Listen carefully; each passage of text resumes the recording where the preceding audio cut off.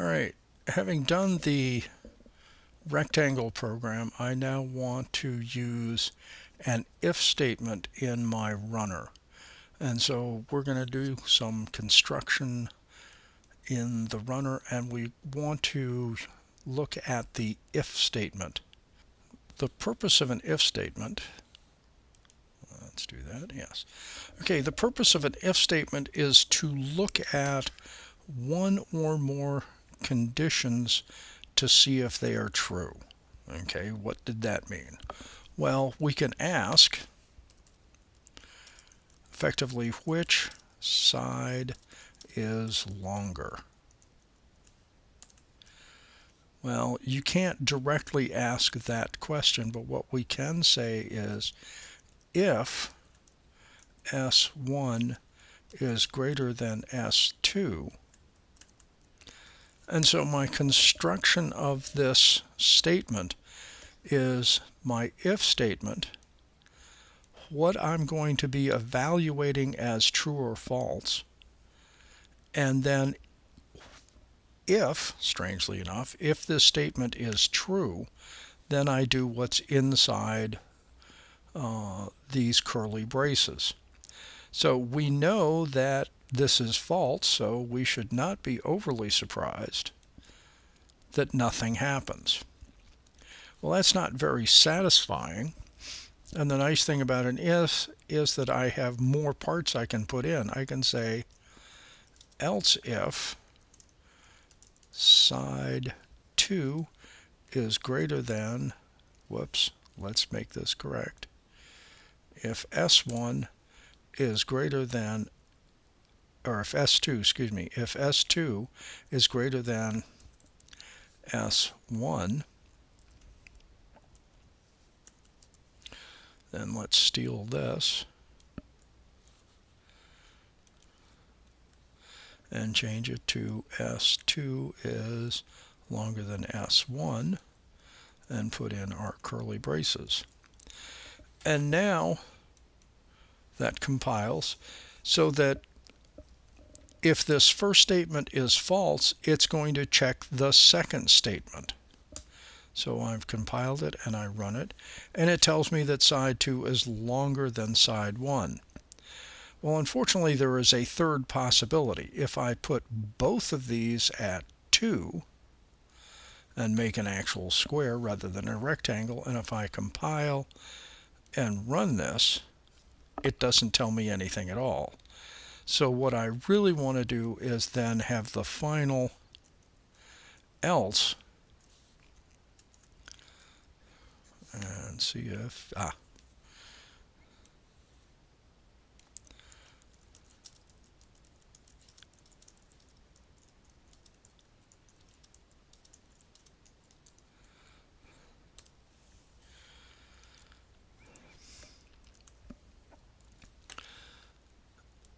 and so I've written it correctly so that if this is false and this is false, then this will be printed out.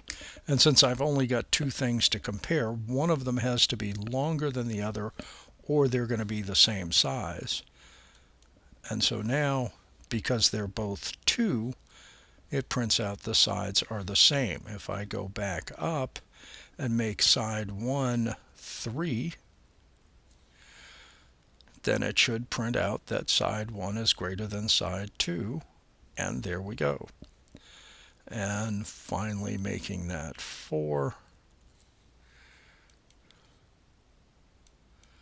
now says side 2 is greater than side that, and making them the same, it tells me they're the same. So an if statement is used for controlling the flow of the program. In this case, I used a fairly simple example of just looking at the two sides. Well, let's make this a little different. What I'm going to do is I'm going to comment this out, and I'm going to go back up here, and let's go back to our original rectangle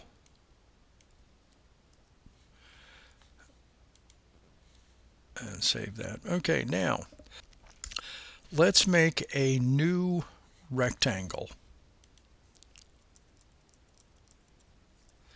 So I'm going to say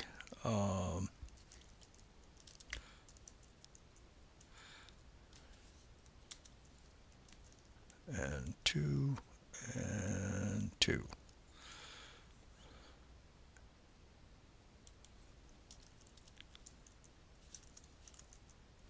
Good.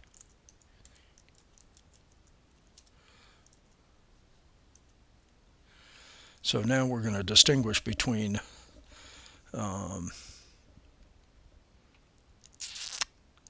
let's do this.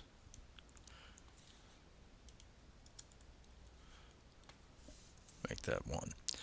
All right, so now we will have distinguished between the two. All right, and we have two different areas. Well, what I can do is use my same if construction.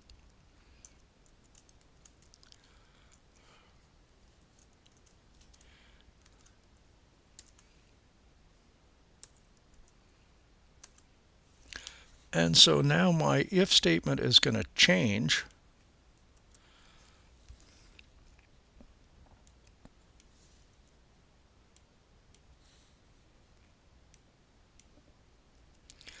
And I'm going to make a decision based on the area of the two rectangles.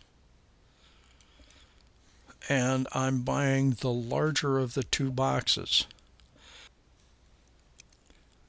All right, let's look at how we might see a somewhat more complex if statement.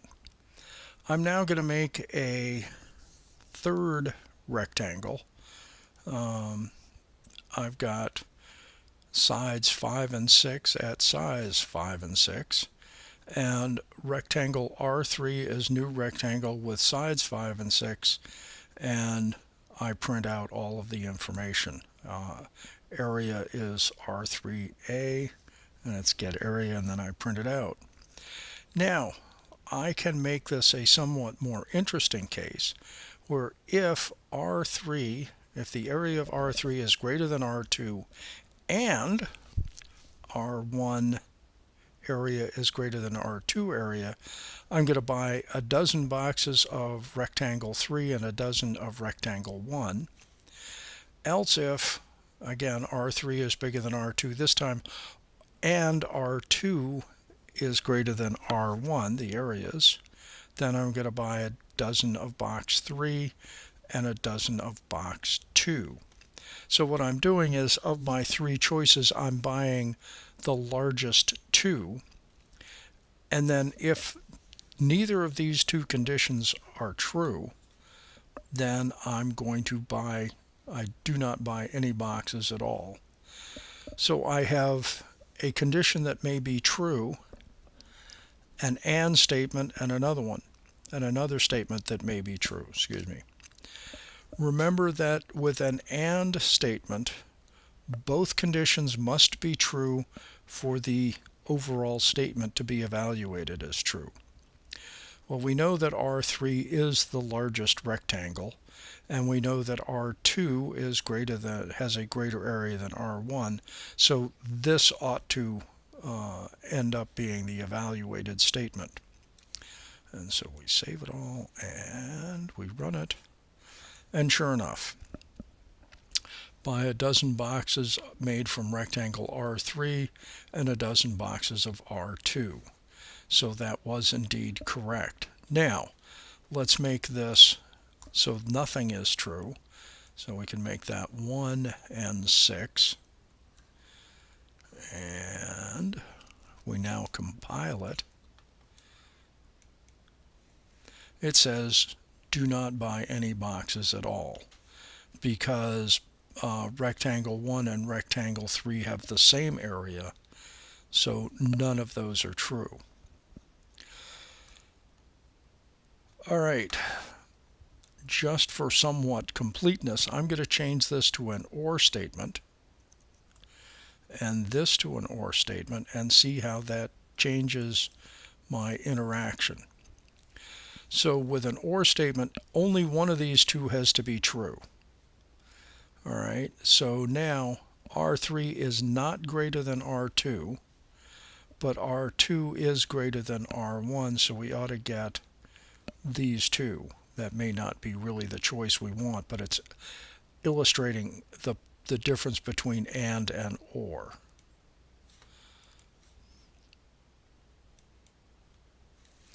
So R3, R2, that's this statement, because this statement is true. Even though this one is false with an or in my conditional, only one of the two has to be true, and so this does get printed out. When I have the double ampersand, which is an and statement, then they both have to be true, and we bought no boxes at all. But if I made that an or statement, then all I had to do was have one of them true. All right, so why don't we call that a day on an if statement, and we'll get to more complex things later. The craps program, or the rolling dice program, used ands and ors and conditional statements, as well as rock, paper, scissors. So that's where these statements got used.